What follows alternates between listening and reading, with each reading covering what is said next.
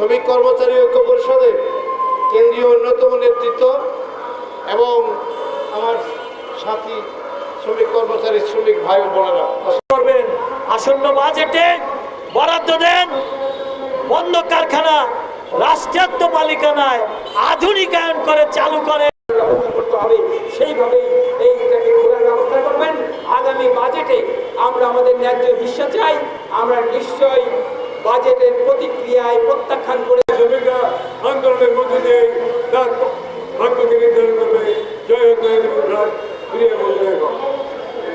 প্রত্যাশা করব অর্থমন্ত্রী সেটি গুরুত্বের সাথে বিবেচনা করবেন। আজকের এই সমাবেশে আমার বক্তব্য যারা শুনেছেন তাদেরকে আমার সংগঠন সহস্রাধিক শ্রমিক ফ্রন্টের পক্ষ থেকে ধন্যবাদ এবং অভিনন্দন জানিয়ে আমার বক্তব্য শেষ করছি।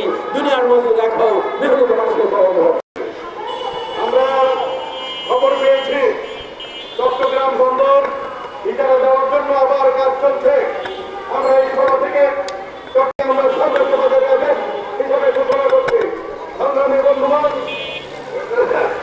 এখন আপনাদের সামনে বক্তব্য রাখবেন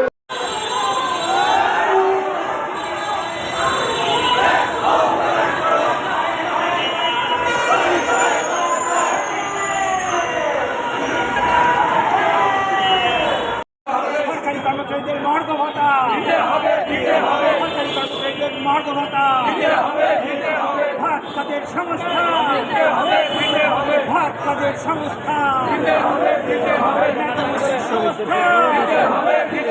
মহার্ঘ ভাতার সংস্থা